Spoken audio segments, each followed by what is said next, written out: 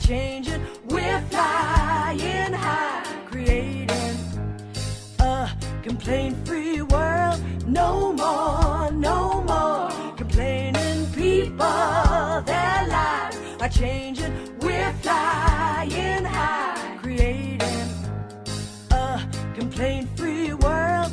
No more. All right. I was talking with somebody the other day, and I don't know exactly how the concept came up, but we were talking about jealousy, and I was using the word being jealous as interchangeable with the word envy. And this is a really smart guy, and he was like, no, they're not the same. And here's the way I describe them.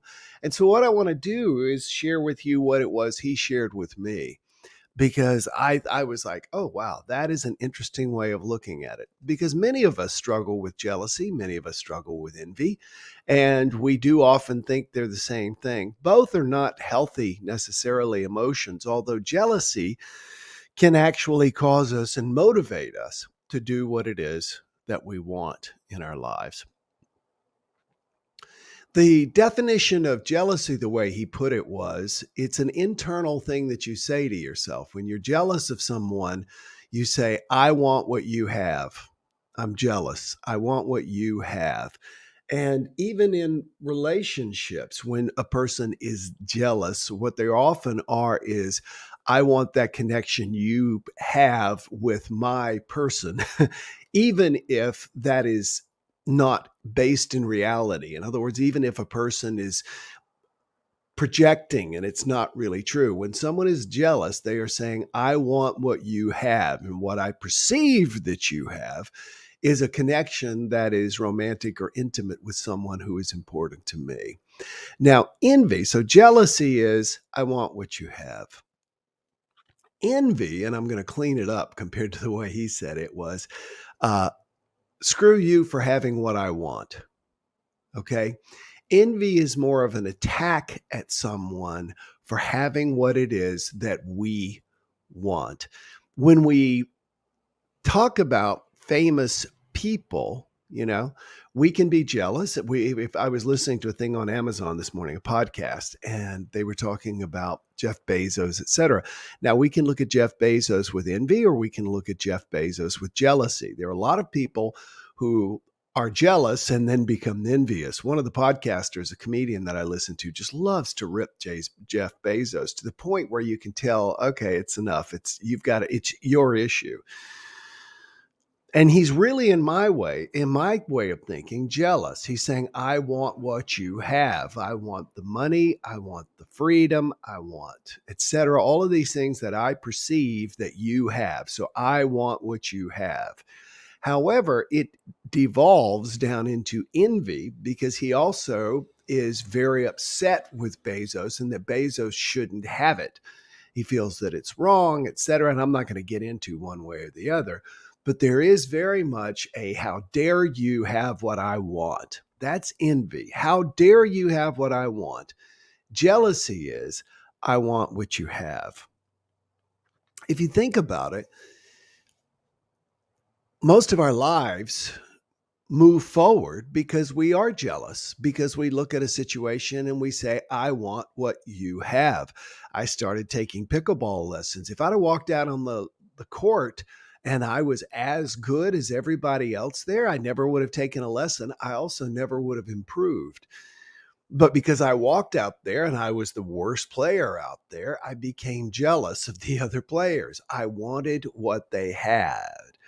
Now, there are some people who are so insecure that will look at someone who has something that they don't and just in their minds, it's like, screw you. They feel like that person has gotten some sort of unfair advantage that they themselves have not received. And what they don't realize is how hard that person has worked. Next week, I'm doing 3 speeches back to back. I'm flying out Tuesday to speak in Dallas on Wednesday. I'm flying from Dallas back to Miami to speak here. And then I'm flying out to Pinehurst, North Carolina. When I talk to burgeoning speakers and I tell them, how much I'm getting booked and paid and everything else, they some can be jealous and say, I want what you have as a speaker. In other words, I want the infrastructure, etc. And others can be, oh man, it's just not fair. And what it's just not fair, or how dare you have what I want, which is envy. How dare you have what I want? Again, the people don't see how much time and effort is put in behind what ultimately shows up as seeming like downright luck. The great show business impresario, Eddie Cantor, said that it takes 20 years to make an overnight success. Let me say that again. It takes 20 years to make an overnight success. And unfortunately, when we are starting something new or doing something, we look at other people and we see their success and we think that somehow we get to skip the steps, and we don't. We got to go through all the minor frustrations until we get the major frustrations. For me as a speaker, I was thinking about that this morning. I delivered a couple of speeches in high school, and then in college, I took speaking. When I graduated college, I then joined Toastmasters and was a member of Toastmasters for years. And then I started speaking in my local church in Surfside Beach, South Carolina, because people liked the way I spoke. And I would fill in for the minister. I think it was once a month or something like that. And then I spoke constantly for 6 months. And the whole time I'm reading books on speaking. And more importantly, I had spent $10,000 on audio cassette programs from the greatest speakers in the world. And I would listen to them and I would try and emulate them. And I would notice how they presented their material. Then, when I actually started getting paid as a professional speaker outside of being in a church, which I did, think about that, every Sunday for going on 20 plus years, I did that in one form or another. I spoke every week. Then I hired $1,000 coaches, and then I went to $1,000 a day coaches, and then I went to seminars on how to be a better speaker. I still do that. So I've got all of these years behind me so that when I walk on stage, it looks absolutely effortless. And people don't realize how much time I've put into it. Many of you may know that Leah's mom, Gail, and I used to have horses. Linda, I think we've talked about that. And we used to have horses. And whenever we would go buy a new horse, there was a guy we always bought our horses from because we really trusted him. And he would often call and say, I got a horse just for you. I wonder how many people he called with that same message. But anyway, we would go over and we would ride the horse around a bit. And if we did like it, and if we were in the market for a horse and the money was flowing, we would buy a horse. These were not terribly expensive horses, but they were nice quarter horses, Arabians, that kind of thing. And what we discovered was that when we got the horse home and put it in the barn, let the horse get acclimated and everything, and then work with it a bit on the ground and then go riding, it's almost impossible to ride a new horse because you are so used to the movements and the shifting and everything else of the horse that you tend to ride a lot.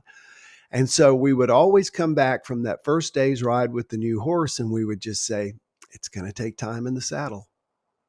Time in the saddle. Time in the saddle is what gives us what it is that we want in life. I'm listening to Bruce Lee's biography now. I shared that with you yesterday, and I've listened to over a dozen celebrity biographies in the last year, in the last few weeks, rather. And the amount of hard work, these people that we call celebrities, the amount of hard work they put in behind the scenes and behind the camera is unbelievable. And the struggles and the stress and everything like that. I listened to an entire book on the making of the movie Spartacus with Kirk Douglas, which is interesting because I've never watched all of Spartacus. I bought it after that. I'm going to watch it.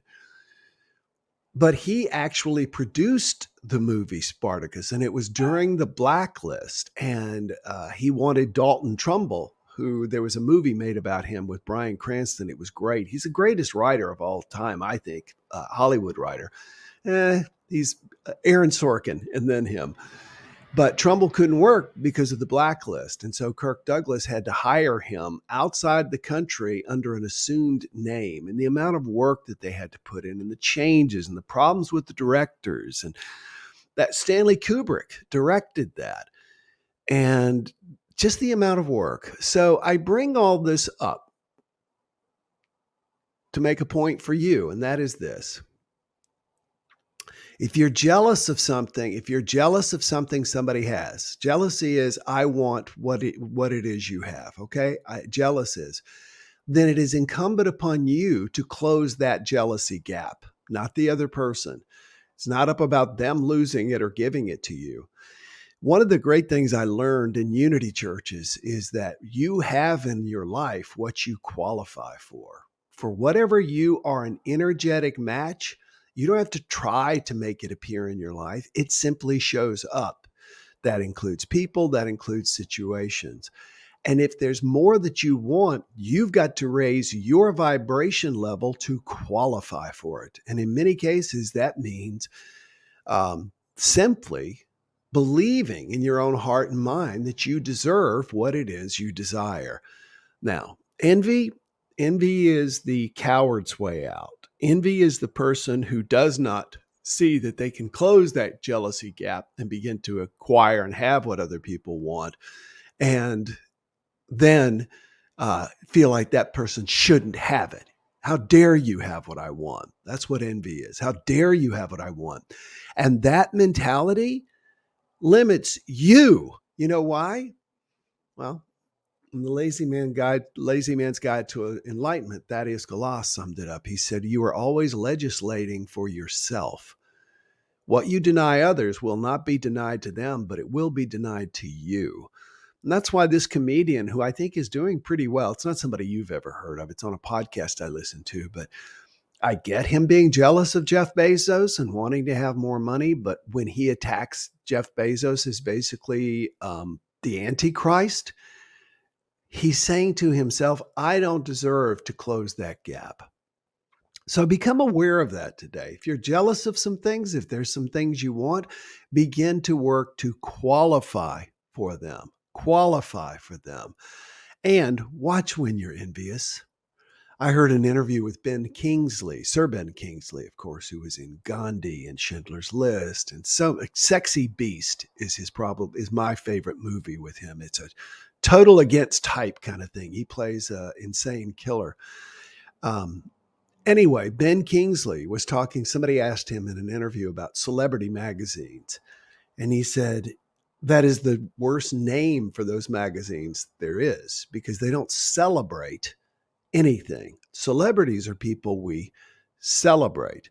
Those magazines are there to build not jealousy, not come and get what they have, but envy. Hate them for having what they have and for what they've achieved. And as soon as you become successful, people will attack you. I had no negative reviews on my books until my books begin to sell millions of copies. The great thing is that I think my books still average, all of them, somewhere between like a 4.6 and a 4.9 on Amazon. I don't check it very often because it's like, I don't know, checking your weight throughout the day. Just anyway, all of this to say that jealousy can be used to inspire us. Like right now, every time I see a Tesla car, I get jealous. I want what you have. All right. But I'm not envious. How dare you have what I want? So watch those two emotions today. Watch and see if any of them play into your life. And if the things you want, realize that you've got to qualify for it. You've got to change. You've got to be the one that gets it. One of the things they've discovered in building housing for people who struggle around the country is that you don't just give somebody a house. Habitat for Humanity doesn't just give somebody a house. That person has to participate in the creation and building of that house, and they also have to pay a mortgage, I think it is, on the house. It's not much. The point is they've got to have some skin in the game. And once you get some skin in the game, you can start closing that jealousy gap. No more complaining people. Their lives are changing. We're flying high, creating a complaint-free world. No more complaining people. Their lives are changing.